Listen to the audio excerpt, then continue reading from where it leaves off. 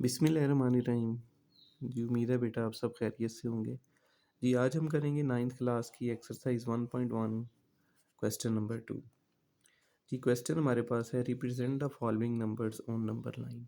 हमने इन तमाम नंबर्स को नंबर लाइन के ऊपर रिप्रेजेंट करना है। देखिए बेटा, अभी पिछले लेक्चर में मैं आपको बता रहा था कि रियल नंबर्स को हम दो पार्ट्स में डिवाइड करते हैं, रैशनल और इर्रेशनल। तो अब ज़रा देखें आप, ये दोनों नंबर इर्रेशनल है, क्वेश्चन नंबर 1 और 2। इनको भी हमने नंबर लाइन पे शो करना है। प्रीवियस ग्रेड मतलब 8th क्लास में, 7th क्लास में आप सिंपल फ्रैक्शंस को नंबर लाइन पे रिप्रेजेंट करते थे, लेकिन 9th क्लास में आपने इर्रेशनल नंबर्स को भी नंबर लाइन पे रिप्रेजेंट करना।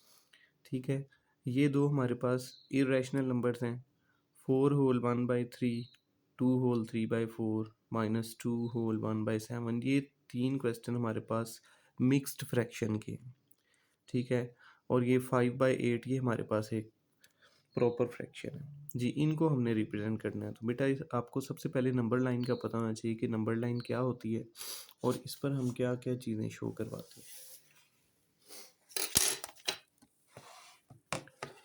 जी बेटा, नंबर लाइन का बेटा कॉन्सेप्ट कुछ इस तरह से है कि नंबर लाइन के दोनों तरफ एरो लगा होता है। एरो का मतलब ये होता है कि नंबर लाइन दोनों तरफ से कंटिन्यूसली चल रही होती है और ये रुक नहीं रही होती।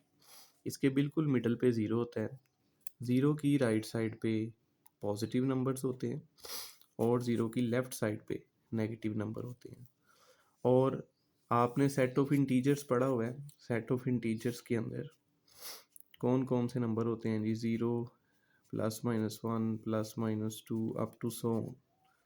मतलब सारे के सारे पॉजिटिव नंबर, नेगेटिव नंबर्स और इंक्लूडिंग ज़ीरो ये भी शामिल होता है। तो आपने इसके ऊपर बेटा सेट ऑफ इंटीजर्स को रिप्रेजेंट करना है 1 2 3 4।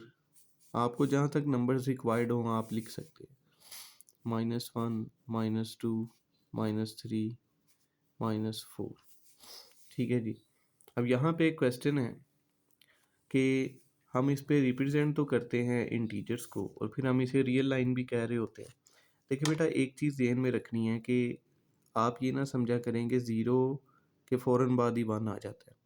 देखिए बेटा, 0 और 1 के अंदर इनफिनिट नंबर्स हैं, आप काउंट नहीं कर सकते। देखिए 0 के फ़ौरन बाद जो नंबर होता है वो 0.1 होता है। ठीक है, और 0.1 यहाँ पे होता है। इस तरह 0.2 0.3 ये तो मैं रैशनल नंबर्स की बात कर रहा हूँ। इर्रेशनल नंबर्स इससे भी ज़्यादा होते हैं।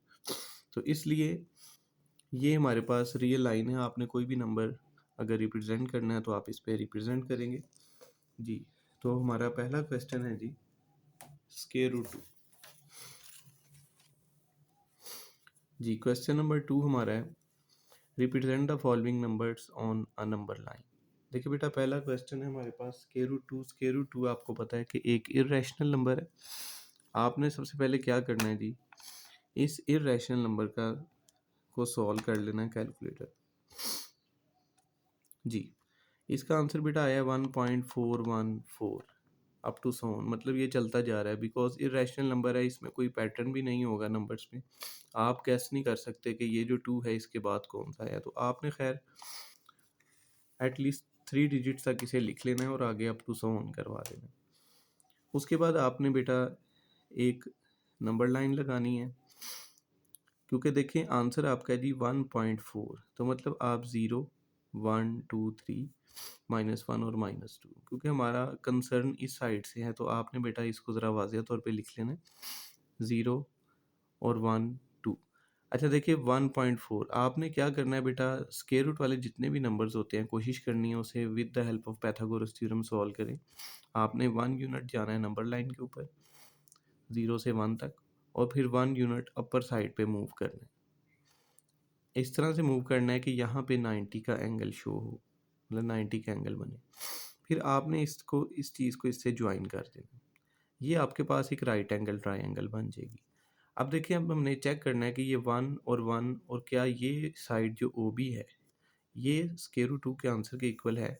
आपने लिखना है जी बाय यूजिंग पाइथागोरस थ्योरम मसला फिसागोरस की मदद से measurement O B whole square, क्योंकि देखिए पाइथागोरस थ्योरम में होता है ना कि hypotenuse square equal to base square plus perpendicular square. तो measurement O B whole square equal to base हमारे पास है बेटा ओ से ए, आपने इन दोनों पॉइंट्स को नाम दे देना, फिर plus A to B whole square, measurement A to B whole square. ये हाइपोटेनियस है, ये बेस है और ये परपेंडिकुलर है। देखिए ओ ए और ए बी दोनों की वैल्यू 1 1 है, तो 1 का स्केयर भी 1 होता है, 1 का स्केयर 1, 1 प्लस 1 2। अब हम तो ओ बी की वैल्यू फाइंड कर रहे हैं, तो आप बेटा जब दोनों तरफ स्केयर रूट लेंगे तो ओ बी की वैल्यू आ जाएगी स्केयर रूट ऑफ 2। तो आपने इस तरह से हाइपोटेनियस की वैल्यू स्केयर रूट ऑफ 2 लिख देनी है। अब उसके बाद हमने क्या करना है जी, आपने बेटा बहुत इंपॉर्टेंट काम, राइट एंगल ट्रायंगल बनाने के बाद आपने अपनी जो कंपस है इसको हाइपोटेनियस के जितना ओपन कर लेना है। ये मैंने ऑलरेडी ओपन करके रखी हुई है। आपने हाइपोटेनियस जितना ओपन करके तो यहाँ से आपने कर्व एक खींच देनी है जो कि रियल नंबर को कट करती हुई नीचे से गुजरे। ठीक है जी, तो जहाँ पर ये कट करेगी यही हमारा बेटा आंसर होगा। देखिए 1.4 है, 1 और 2 के बिल्कुल मिड पे होता है ना 1.5, तो ये देखिए कर्व जो है थोड़ी सी पीछे है 1.5 से, तो ये बेटा स्क्वायर रूट ऑफ 2 की हमारे पास रिप्रेजेंटेशन है। इसको बेटा नोट डाउन कर लें और ये बहुत इंपॉर्टेंट क्वेश्चन है जी बेटा। उसके बाद हमारा क्वेश्चन है स्क्वायर रूट ऑफ 3 जी। स्क्वायर रूट ऑफ 3 के लिए जो शुरू में इनिशियल वर्क है वो बिल्कुल स्क्वायर रूट ऑफ 2 की तरह होगा। आपने 1 यूनिट इस साइड पे जाना है, 1 यूनिट ऊपर की तरफ, और ये स्क्वायर रूट ऑफ 2 ये हम ऑलरेडी प्रूव कर चुके हैं। इसमें जो मेन चीज़ है आपकी, आपने बेटा ये हमारे पास इस साइड पे ये देखिएगा ज़रा, आपने इधर 2 के बिल्कुल सामने और यहाँ पे बेटा 1 यूनिट ऊपर की तरफ जाना है। मतलब जितनी ये लेंथ है आपकी उतनी ही लेंथ आपकी इस साइड पे भी होनी चाहिए। ठीक है जी, फिर आपने इस ओरिजिन को इस पॉइंट के साथ मिला देना है। अब हमारे पास देखें बेटा यहाँ 2 ट्रायंगल्स बन चुकी हैं, तो आपने इसको नाम दे देना है जो ऊपर वाली ट्रायंगल है, क्योंकि नीचे वाली ट्रायंगल को हम ऑलरेडी प्रूव कर चुके हैं। 0 ओ ए बी ये ऊपर वाली ट्रायंगल का नाम है। आपने इस पे, क्योंकि ये देखिए ये वैल्यू स्क्वायर रूट ऑफ 2 है, मतलब जो बेस है हमारी ओ ए वो स्क्वायर रूट ऑफ 2 है और ए बी परपेंडिकुलर है, इसकी वैल्यू 1 है। आपने लिखना है बाय यूजिंग पाइथागोरस थ्योरम जी। पाइथागोरस थ्योरम में क्या होता है, hypotenuse square equal to base square plus perpendicular square. तो हाइपोटेनियस है ओ से बी, ये अभी हमें नहीं पता ये क्या वैल्यू आएगी, इक्वल टू बेस स्क्वायर मतलब ओ से A square plus A to B square जी। मेजरमेंट ऑफ ओ ए की वैल्यू है स्क्वायर रूट ऑफ 2, आपने यहाँ स्क्वायर रूट ऑफ 2 लिख देना है। ए बी की वैल्यू 1 है, दोनों का स्क्वायर लेंगे बेटा, स्क्वायर रूट से कैंसिल होके 2 + 1 3। तो देखिए measurement of O B whole square equal to 3।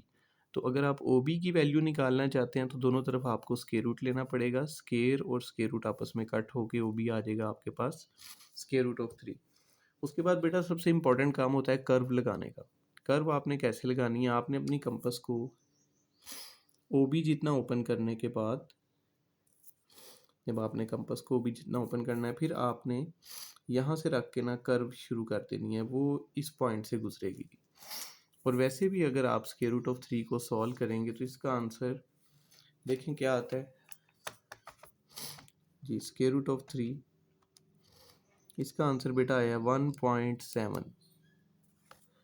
तो देखिए ये 2 है, 2 के बिल्कुल पीछे वाला नंबर 1.9 1.8 1.7।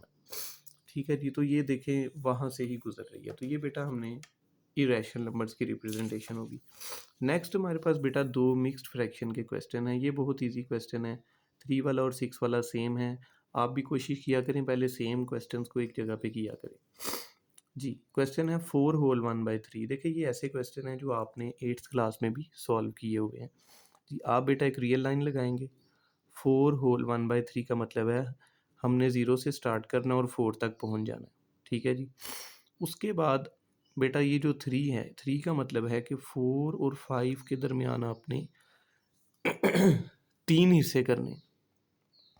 3 हिस्से करने के लिए बेटा आपको 2 कट्स लगाने पड़ेंगे। देखिए आपने एक कट इधर लगा लेना और एक इधर, तो यहाँ पे भी इसके 3 पार्ट्स बन गए हैं। 4 से इस पॉइंट तक पहला पार्ट है, इस पॉइंट से यहाँ तक दूसरा है और यहाँ से 5 तक तीसरा पार्ट। ये 3 पार्ट्स हो गए।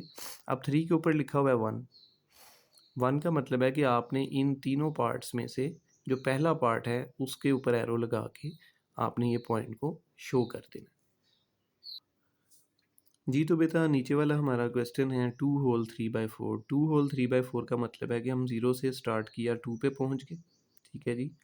2 और 3 के दरमियान हमने कितने पार्ट्स करने हैं? 4 पार्ट्स। 4 पार्ट्स करने के लिए आपको 3 कट्स लगाने पड़ेंगे और आपने कोशिश करनी है कि आप इक्वल कट्स लगाएं।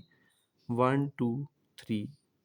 तो देखिए जैसे ही 3 कट्स लगाएंगे तो यहाँ से 4 हिस्से शुरू हो जाएंगे। 2 से लेके इस पॉइंट तक पहला हिस्सा है जी, इस पॉइंट से इस पॉइंट तक दूसरा, यहाँ से यहाँ तक तीसरा और यहाँ से यहाँ तक चौथा। देखिए 4 हिस्से प्रॉपर डिवाइड हो गए हैं।